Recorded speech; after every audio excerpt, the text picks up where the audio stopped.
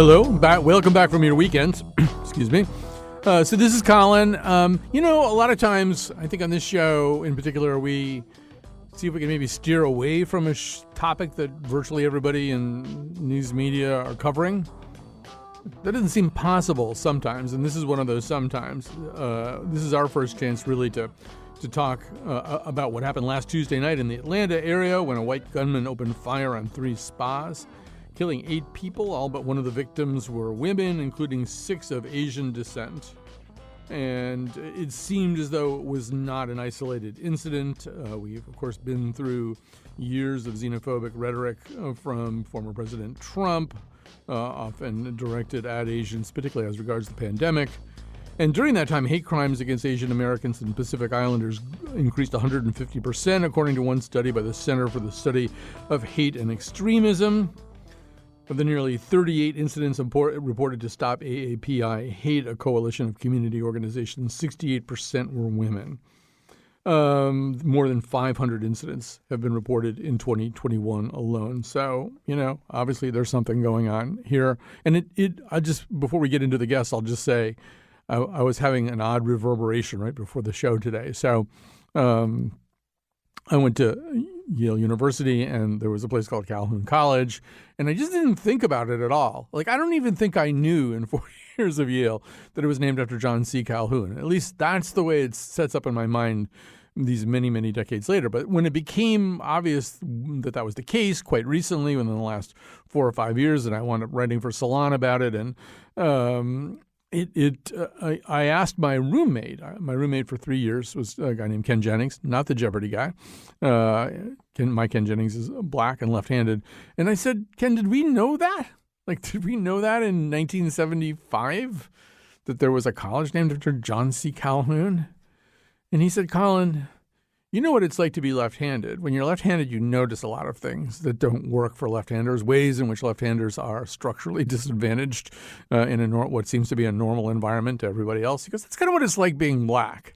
And I feel as though what I've seen over the last 5 to 6 days is some version of that in the Asian American and Pacific Islander community in the United States, that there's a set of things that they were dealing with all along, a group of structural disadvantages, to put it euphemistically, that they were keenly aware of, and that I was isolated from, or maybe I chose to be insulated from them. I don't know. But obviously, we need to redirect our energies and begin talking about this in a different way, and that's what we're doing. We're going to do that today all the way through the show.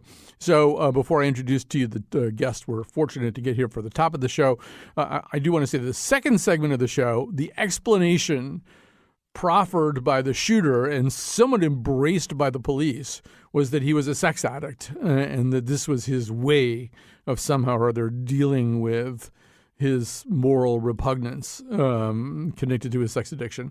We're going to sort of just talk to you about the history of that particular claim, which is kind of a canard and kind of a part of the of a kind of theater in American life. If you think about like Harvey Weinstein and Anthony Weiner and Jimmy Swaggart, and I mean, they all basically say that they're sex addicts, and then they go seek treatment. There is no such thing as that diagnosis, just to be clear, within the world of clinical diagnoses. So we'll talk about that. And then at the end, we're going to talk about kind of late night comedians and the way in which they seem to have found a moral language for talking about this particular problem, this problem of violence and prejudice against Asian Americans. As they often do, they've found stronger language and better imagery than maybe some of the people leading on the non-comedic front. But we're going to begin with a conversation with Hua Hsu, a staff writer at The New Yorker and the author of A Floating Chinaman, Fantasy and Failure Across the Pacific. He's an associate professor of English at Vassar College, and we were drawn to a piece he wrote in The New Yorker called The Muddled History of Anti-Asian Violence. First of all, welcome to our show. Colin, thanks for having me. And that was such a thoughtful intro. I really appreciate what you were saying. Well, thank you. So if I ask you to explain what you mean by muddled, you're going to have to recite the entire, premise of the story. But maybe Sure. just to give us a thumbnail sense, give the listeners a thumbnail sense what you mean by muddled. Of course. So the piece you just mentioned, it was actually published in late February. So it actually happened before the Atlanta Hmm. shootings last week. And I think what I was trying to wrap my head around at the time was, it was clear something was happening. There were all of these videos people were sharing of, older Asian American folks getting attacked in the streets. There were all sorts of reports of people getting sort of randomly beaten up, but it didn't seem to constitute a hate crime in many cases. And so I think what I was trying to figure out was sort of why it was so hard for larger society to recognize, incidents of anti-Asian violence, of which, as you cited earlier, incidents have been going up. Why it's so hard to sort of see that as a hate crime. And I think part of that is just that society, even Asian Americans to some extent, lack a kind of coherent notion of our history and sort of that experience that you also mentioned up top. Yeah. So let's before we sort of go back to that question of the coherent narrative, let's say a little bit more, particularly with your own experience. There have been cases that you got involved in yourself earlier in your life that you cite in the New Yorker piece. Maybe you want to give people a sense of the story of Kwan Chung Kao. Okay, sure. I was a college student, and I had learned a lot about Asian American history and how, in 1982 there was the killing of Vincent Chin by these disgruntled auto workers. There have been all sorts of laws and policies, random sort of little-known massacres throughout U.S. history. When I was in college, something similar happened nearby. I went to Berkeley, and this guy was sort of drunkenly outside of his house, and he was really worked up at a sort of racial incident that happened at a bar earlier in the night. The two police officers who came onto the scene saw him waving a stick, and in their attempts to detain him, they actually killed him. And in the officer's defense afterwards, they said that he'd been waving the stick in this quote unquote martial arts manner, that he resembled a ninja. And so, I thought that was a truly horrific thing when I was in college. This guy did not have any of those experiences background. But it was but the reason I was thinking about it a couple weeks ago was just that I was reminded of how invisible this felt at the time, just sort of how difficult it was to, get peers or get other folks at school interested in sort of looking into his case and sort of organizing around it. So I think I was really struck not just by the fact that these things had happened in the past, but just by how difficult it was to, organize around it or sort of motivate others to feel the way that some friends and I had been feeling about that. Yeah, and now there's a way over the last few days in which I think for the rest of us, this sense of something that has been very much pent up is coming out now, and it's coming out in lots of different ways. And I was listening, I think, to an anchor and a reporter for NPR over the weekend, both of them, I believe, Asian American, and they were sort of saying on the air, we never have had this conversation before. We've never talked about some of these things in our entire careers. And that sort of circles back to your piece. And I wonder if there is a sense in which complaining or calling attention to these tremendous injustices bumps up against a narrative that both sides have embraced. I mean, I think I'm a baby boomer, so I grew up with the idea of Asian Americans being this sort of great success story, this incredibly successful exercise in assimilation. So in a way, the idea that there's this undercurrent that isn't even always under of hatred and violence doesn't square that well with the myth that I'd absorbed. And maybe it's also a myth that the Asian American community has a little trouble letting go of in order to talk about it. Yeah, I mean, that's complicated what you're saying. I think if we were to think about, what you're describing as the model minority myth, Yep. where, folks who have only been in the country a small amount of time can somehow excel according to American metrics of achievement. There's a lot of historical reasons for that. Just the nature of immigration policy privileged those who were, high skilled or pursuing graduate work. So Asian American immigrants have sort of over the past 50 years arrived with higher levels of educational attainment. But I agree. I think that part of the visibility question is just that that myth sort of hangs over everyone. Asian Americans as well as non. And so when we talk about, say, structural disadvantages, is it a structural disadvantage to have been sort of welcomed into the country because of your educational attainment level or aspirations? It does create structural disadvantages, but it's a different type of racialized treatment than sort of what's happened to African Americans, right, or the Latinx population. So I think it just becomes much harder for the average person who isn't living with these things or dealing with these things or thinking deeply about these things to understand, the sort of idea of feeling perpetually foreign, or sort of the mental health challenges posed by sort of the higher expectations society has for you as the model, or just sort of the ways in which it's difficult to understand your own identity in this sort of black-white paradigm.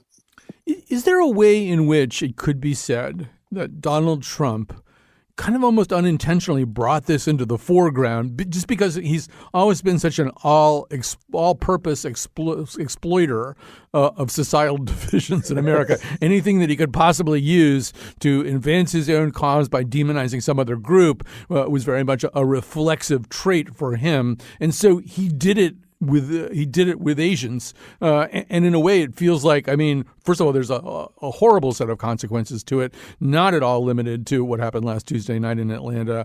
You were already beginning to write about that, as you say, before the Atlanta event had even happened, and there's just more happening and more to come. But there's a way in which, paradoxically, he kind of makes us all face it. Yeah, that's. I mean, I guess he does make us all face it. I guess that's one thing you could definitely say about the past 4 years, that America has had to face a lot of things that perhaps as a nation we hadn't reckoned with collectively. Whether or not that reckoning will actually produce something meaningful, particularly for those affected, that sort of remains to be seen. I mean, I do think that Trump deserves a lot of the blame, right? Because there is a way in which calling it the China virus, and it's like all those things that we were going through about a year ago, that only helped perpetuate the sense of foreignness or the sense of foreign invasion. But these things have also been going on for hundreds of years prior to that. And so I think Trump just grabbed onto this really alluring kind of rhetoric around sort of Asians being these foreign agents or being perpetually alien, that I think average people may not have been aware was such a potent stereotype, but it was just sort of there for the taking. And he definitely accelerated the way that people might act on those stereotypes. One of the things that you explore in your piece is the way in which it may have been difficult for there to be a coherent and cohesive narrative in a minority community that is in fact composed of multiple minorities. I mean, you could say that about, here where I live in Hartford, Connecticut, there's a substantial schism, identity schism between blacks of West Indian descent and black people who are part of the upward movement from the South. And in many ways, they don't identify with one another that much. And certainly within the Latino community, it's not that hard to find a Mexican American who doesn't think Cuban Americans are really Hispanic or Latino or something. But sure. but one of the things that you talk about is, is it a single identity among Asian American Pacific Islanders, and does it maybe need to come more together as an identity? I think that's one of the questions of this moment. When I was writing, and sort of my perspective is always like very informed by history, and so dating back to the late 60s, Asians from Asia is like a huge place, right? And so anyone from that part of the world who's here, like that is part of the Asian American Pacific Islander community. Whether or not it works in practical terms is a different question. And I think we're really in a moment where it could sort of go either way. I mean, I think if we were to kind of follow the historical path where this identity is very much about political solidarity and sort of looking out for one another and building a sense of community, not necessarily one that's ready-made, I think there's a lot of potential, but I think it also just sort of exposes some of the potential schisms there as well, particularly along lines of class, along lines of when you immigrated, where you immigrated from, and questions like that. Of course, there's sort of a bitter irony. The people who've been especially, quote, good, unquote, at erasing these distinctions have been racists. And so your article is full of instances of people who are of Japanese descent being, quote unquote, blamed for the, quote unquote, China virus. And then also the story of Vincent Chin, which goes the opposite way. For people who don't know that one, give people a sense of that. Sure. This was a real galvanizing moment for Asian Americans in the early 80s. He was just like a draftsman who was working in Detroit. He was out for his bachelor party. He was of Chinese descent. And he got into a bar brawl with a couple guys who were disgruntled auto workers. I think one had just been laid off a couple years earlier. And I guess in the course of the fight, they had sort of blamed the Japanese for Detroit's declining auto industry. And so that became part of why this was perceived to be a hate crime. They eventually followed him to the parking lot of McDonald's where they beat him to death. And this was a moment where Asian Americans, new immigrants, old immigrants, people who'd been here hundreds of years, they came together to sort of protest lenient sentences that the two guys got. And it was somewhat similar to what happened last week, because just as the spokesman from the police office said that the assailant was having a bad day, I think the judge said something effective like, "These aren't the type of guys you lock up." And so they ended up getting like very lenient sentences, and it sort of galvanized an entire movement.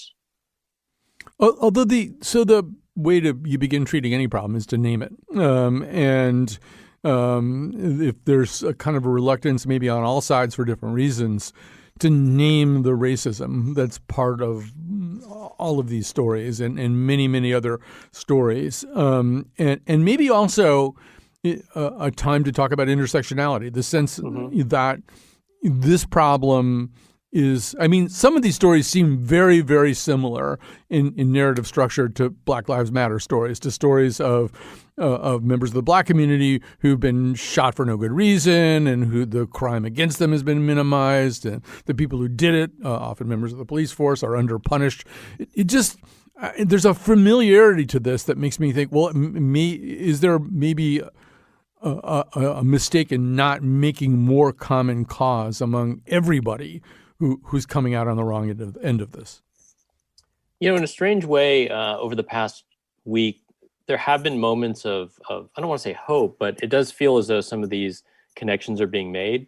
In the piece, I talk about a couple of Asian Americans who recently died at the hands of the police, Kristen Hall and Angelo Pinto.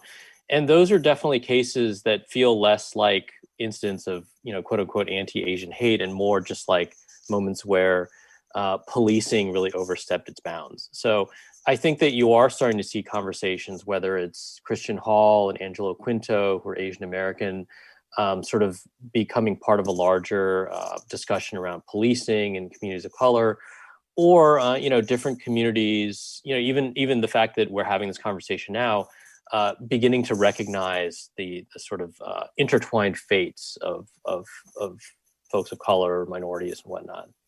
It seems like, most, I'd like to talk a little bit about what we can do about all this. Although as I think about it, it seems like all of the things that we're going to wind up talking about seem so primitive in the sense of the stuff that really just should have already happened everywhere. For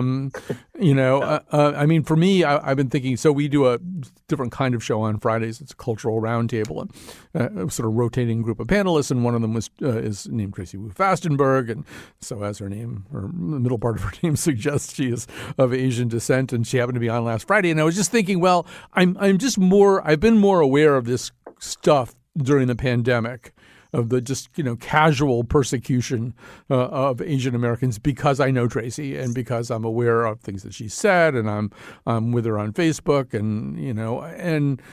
but I don't know. I mean, to suggest that that's some kind of solution suggests that we're just not having conversations that you would think would be kind of obvious. I mean, I guess I don't know. I don't expect you to know the answer to this, but why didn't white Americans know that all this stuff was happening? Are we just too insensitive to ask questions?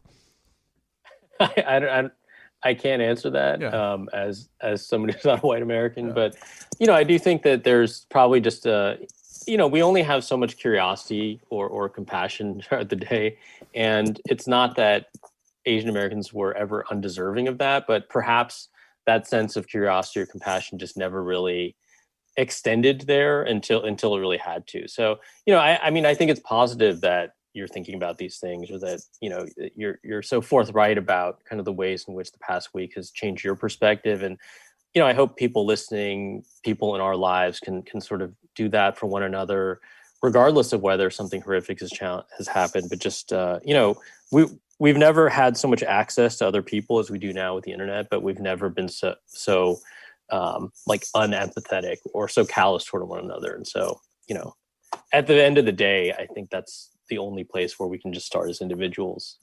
Let me just ask one more thing about that. It seems to me, and this is going to come up at the end of our show too, when we play some clips of what some of the late night comedians have been saying. There's just, I mean, when you looked at the level of denial that was going on in Atlanta, about this guy having a bad day, or it's a sex addiction, or anything but race, there's a way in which the American myth of assimilation is so clung to. We have such an investment in it that, or at least some people have such an investment in it, that it's really, really difficult to begin a conversation by saying, well, this is a racist country where, in fact, it's pretty easy once you've kicked a person to depersonalize them so that you keep kicking them and beating them until they're dead. And that seems to be happening over and over in some of the stories in your piece and stories that I read elsewhere. I mean, it's just not what Americans want to believe. And I wonder how we press back against that without seeming to completely devalue this country that's so important to so many people. I mean, we just seem unable to be honest about ourselves. Yeah, I mean, I think you hit the nail on the head. I'm not sure what the answer is. I think about it a lot. I don't think, it goes back to the whole thing about how it doesn't make you un-American to sort of want America to be better, right? Or to be critical of it. But I do agree with you that there's a way in which America has never really reckoned with or grieved its own past. And I mean, I think it should be liberating to think about how checkered the past has been, and sort of how much work there is to bring it in alignment with its stated values. I know that that's very threatening to a lot of people, but I think it's really meant to make this thing better for all of us, not just to make someone feel bad about themselves. No, when you think about it, and I'm just thinking about it for the first time, the idea of a melting pot is kind of a violent image for assimilation. This idea you're going to throw people into this bubbling cauldron of molten metals, and make them, become the same gray color as everything else. Even one of our more affirming images is kind of scary. Well, we'll stop there. And it was so great to talk to you, and we were so lucky to get you, and we'd love you to come back next time. But obviously next time you need to have really easy, glib answers to really complicated questions. But you did great this time. Hua Hsu, staff writer at The New Yorker and the author of A Floating Chinaman, Fantasy and Failure Across the Pacific. Thanks for joining us today. Thanks. All Peace, right. Connecticut. Okay. We'll be back after this. We're going to have a conversation about sex addiction, which is really kind of a chimera, this sort of thing that people use to explain horrible things they do.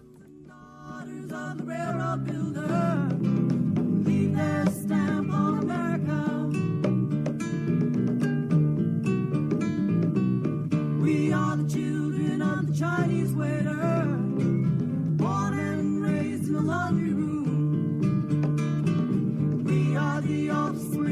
Japanese gardener who leave their stamp on America.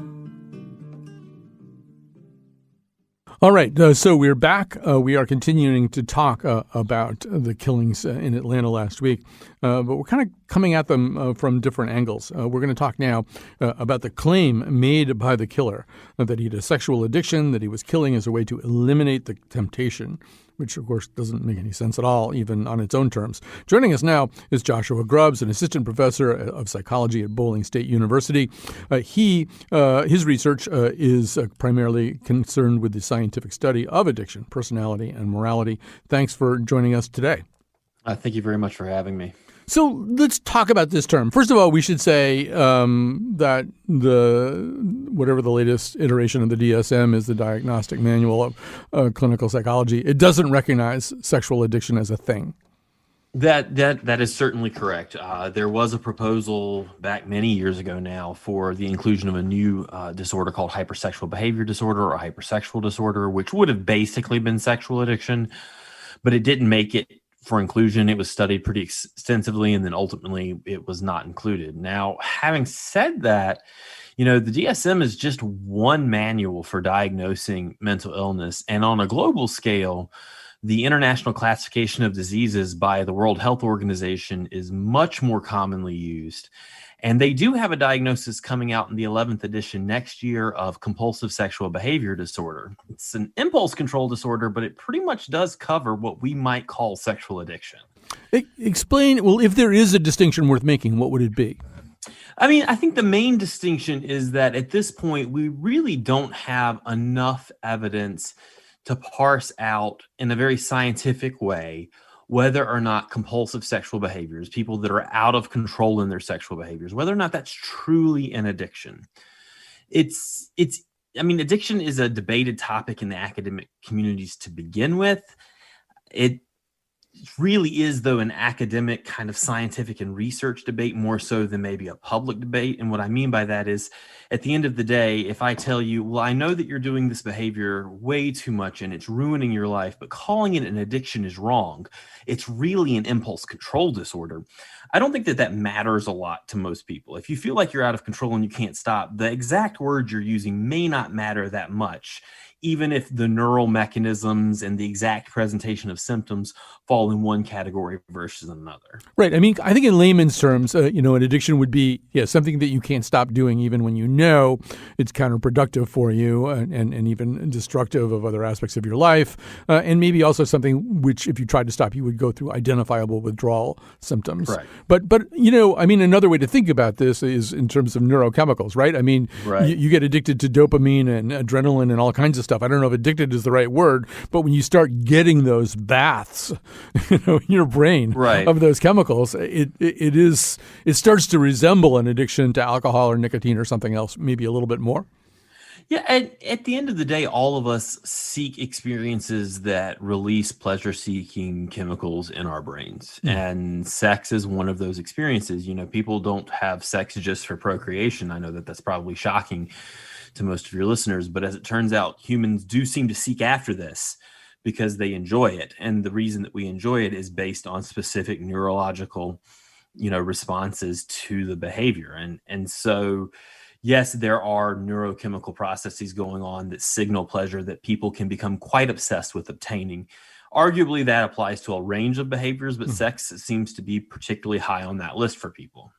Right. So one thing that you bring up that I think is really interesting would be that, if sexual addiction had a kind of obvious clinical and kind of neuromedical status, then we'd probably all kind of experience it the same way, and we kind of wind up in it would be easy to diagnose across other kinds of cultural differences. But it turns out, for example, if you type sexual addiction Jimmy Swaggart into Google, you'll get a lot of responses right away, because there's a way in which this particular idea exists within especially certain Christian categories.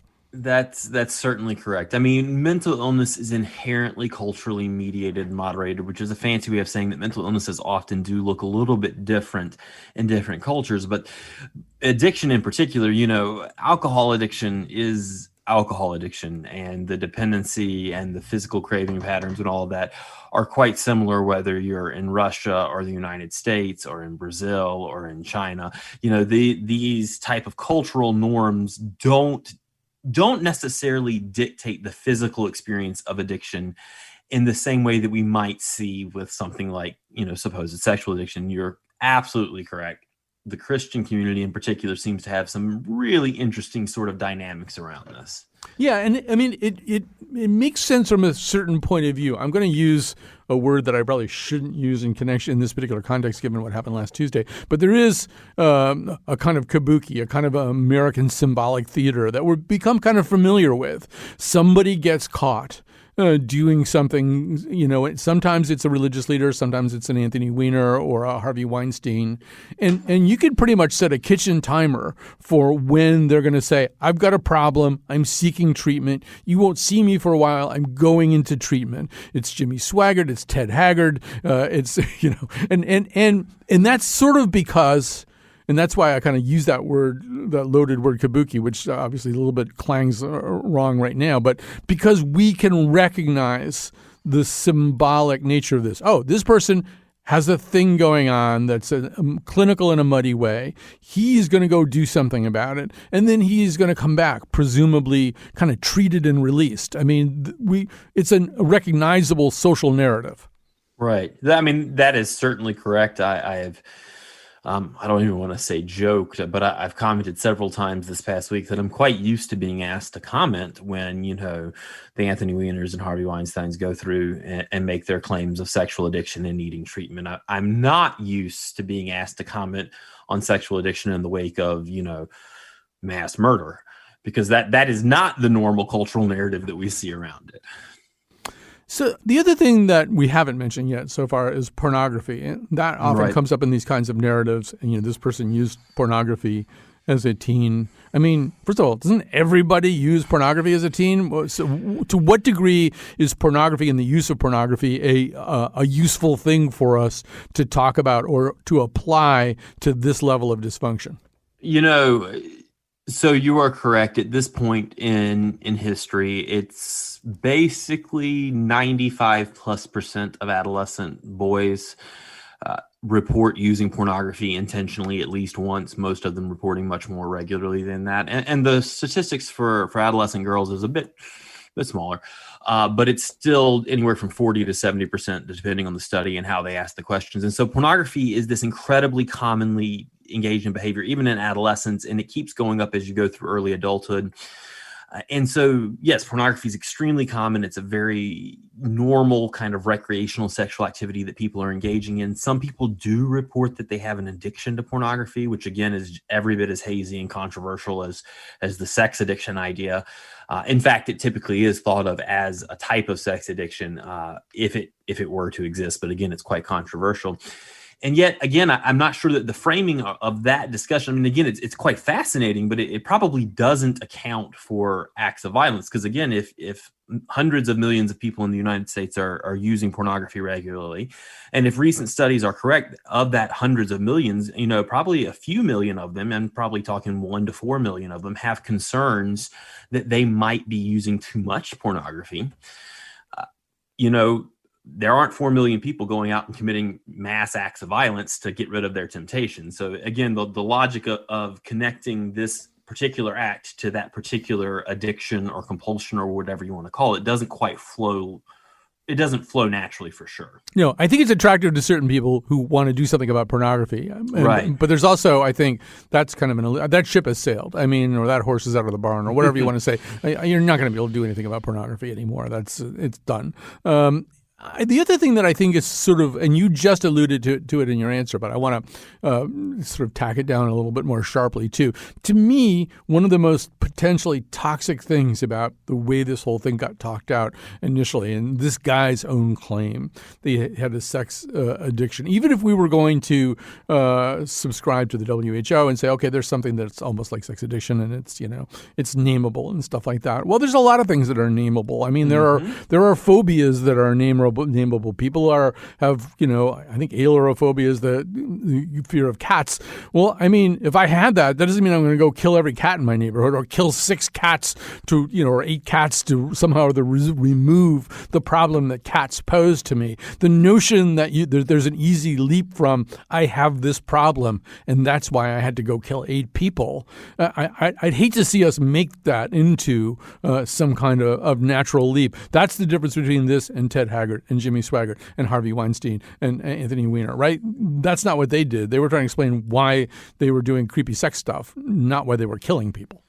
Right. And I think you really kind of get at the heart of this. In general, blaming acts of violence on mental illness is just stigmatizing to the mental health community and to people that are living well with a whole variety of different struggles and disorders. I mean, it's just not a rational claim that such a thing would lead you to go out and eliminate the threat, so to speak. The notion of eliminating temptation, I've seen that, as a counselor, as a therapist. I've seen religious leaders talking about it before specifically talking about pornography. And what they typically mean by that is getting their computers out of their bedrooms, or not sleeping in the same room as their cell phone, or in extreme cases, destroying their computers or devices. But that would be the extreme case.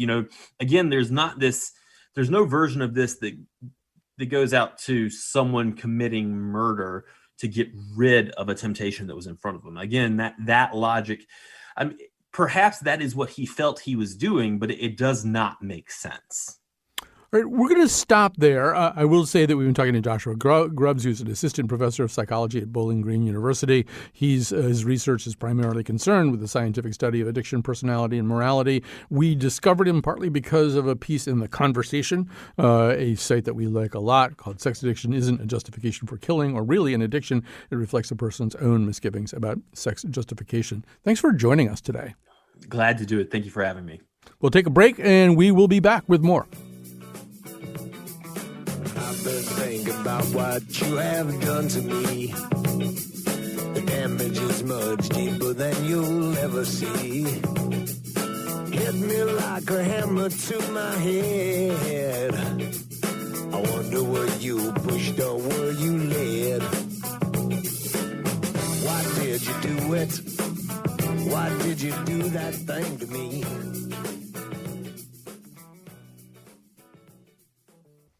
All right, we are back. And first of all, I have some thank yous to say. One thank you would be to Kat Pastor. Great to have her back. Great to be sitting across the room and looking at her through some glass.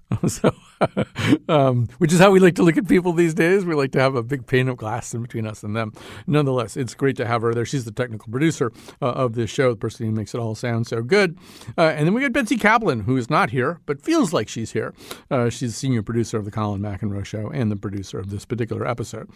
All right, so we're going to do something that we don't typically do, which is we're going to have a segment without a guest, but which I think I can sort of successfully talk us through.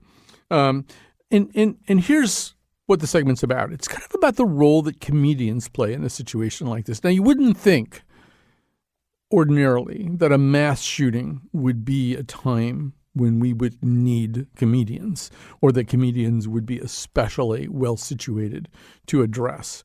But I think it is true, and I think it's become more true for a bunch of different reasons. I mean, we've, of course, kind of come out of 4 years of a kindergarten class with no teacher, right? Or with a crazy, toxic, dangerous teacher. So for the last 4 years, if you wanted a moral articulation of a problem in society, you weren't going to get it from the president of the United States. In fact, chances were unusually high that he would have caused whatever that problem was, or played a contributing role to that problem. And so other people have to kind of come forward in that situation. But I also feel as though as the role of journalism changes and as American trust in journalism kind of gets emptied out, and there are ways in which, of course, aspects of American journalism are more and more endangered, particularly newspapers. There's a way in which comedians have played an even greater role also. And first of all, in acquainting Americans with things in the news, helping Americans who feel buffeted and confused by the competing narratives they find on social media, helping those people kind of understand what it is they're really seeing, and helping them maybe begin to have thoughts and feelings about those things. So we're going to give you a few examples. We're going to start with Stephen Colbert, host of CBS's Late Night Show with Stephen Colbert. He in particular was eager to, or thought it was important anyway, to point out the role that President Trump had played in the lead up to last Tuesday's violence. And people tried to warn the former president. I mean, listen to this reporter ask him directly about the effects of his racist language 1 year ago today. Do you think using the term Chinese virus, that puts Asian Americans at risk, that people might target them? No, not at all. I think they probably would agree with it 100%. Wow. Our former president bears a particular responsibility for amplifying this form of hatred. You know, I don't know how much Colbert has dealt with this or not, but he's probably in a slightly squirmy position himself right now. If you remember the old days of the Colbert Report, where he played a kind of strutting, impervious to nuance, America first, pre-Trump, Bill O'Reilly inspired character, one of the things that character did in character was, in fact, a kind of a very patronizing and offensive Asian impersonation. He had a character named like Chang Chung or something like that, and he would talk in a very exaggerated way as that person. Now, Colbert was taking a huge risk in doing that. He was doing it to lampoon the kind of person who might find something like that funny. But in order to try such a thing, he had to do it and do it on camera. And I don't know what he's said about that in the past, and I'm sure it's something he doesn't want to talk about lately. If you want to go back and watch that monologue, though, I think he's very effective in it. Does not completely sacrifice comedy, manages to point out some things that are darkly comic about all of this, and manages to get a few extra innings in against President Trump, who was one of his longtime enemies. All right, so less willing to look for any laughter in this situation was Trevor Noah, who I think has become an increasingly effective American conscience as the host of Comedy Central's The Late Show. He says there could have been more than one motivation for last week's mass shooting in Georgia, but don't say it had nothing to do with racism.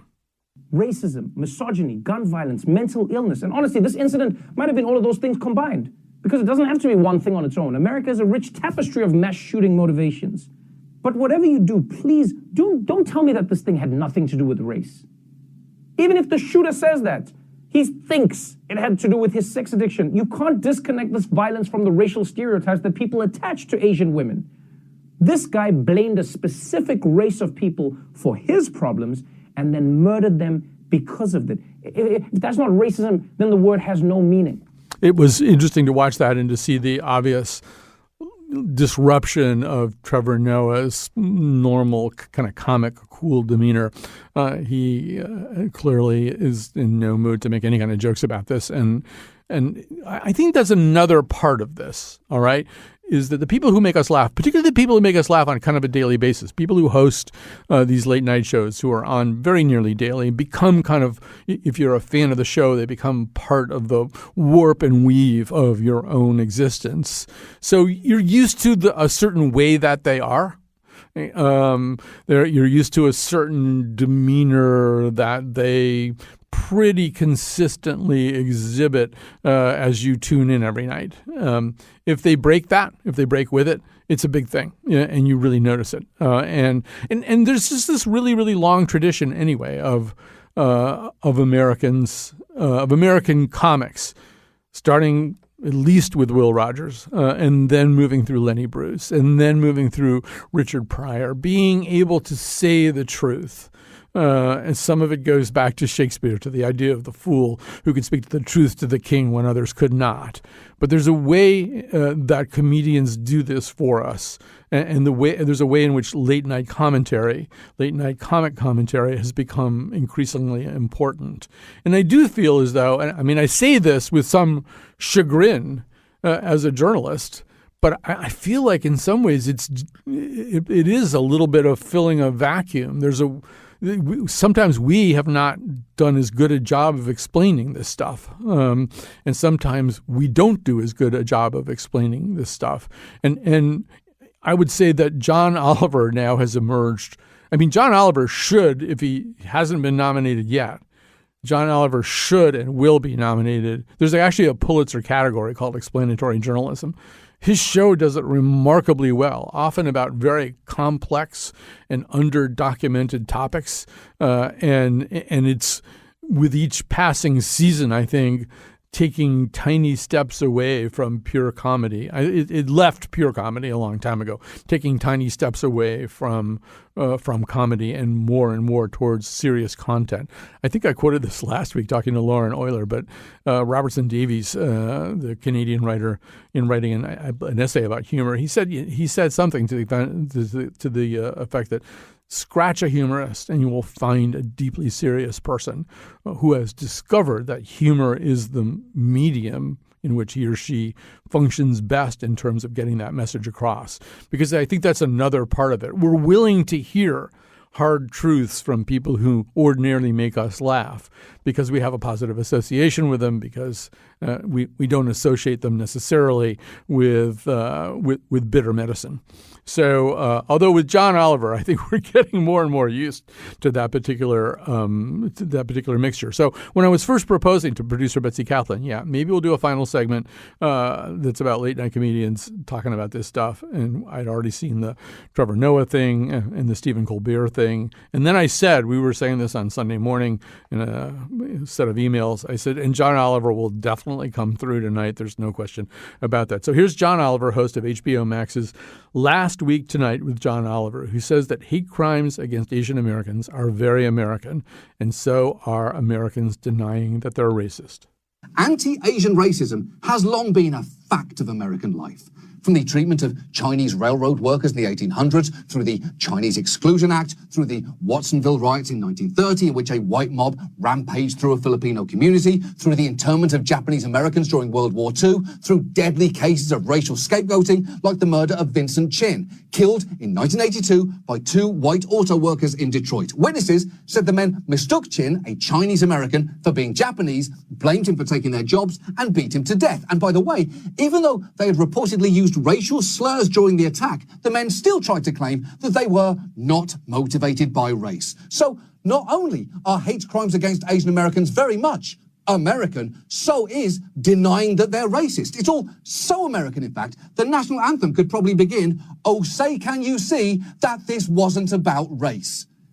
So that's, I think, really kind of getting at the truth of this. And you've kind of heard it again and again over the course of this show, too, that it's a hard truth about America. This is a really violent country. You know, there are very few other countries. I think probably at this point we may be the only country that actually mentions firearms in our Constitution.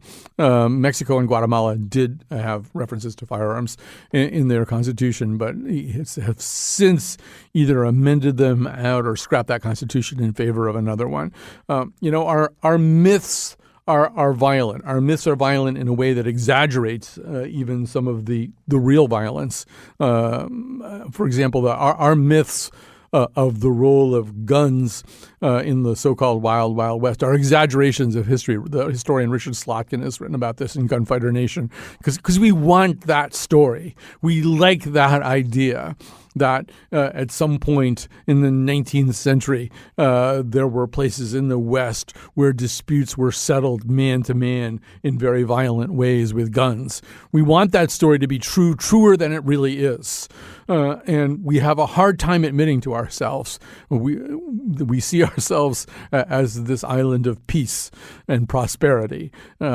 But underneath that is a tremendous amount of violence, and a lot of it is driven by race. And if anything good comes out of the period that we've been through that extends at least back into last year in Black Lives Matter, and certainly centers on this moment with violence against Asian Americans, maybe it's an increasing recognition that our myths and our realities include more violence and more racism than we as Americans like. So thank you, comedians, for making that point.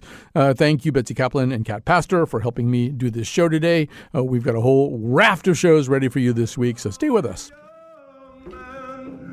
And his history could have happened to you, could have happened to me.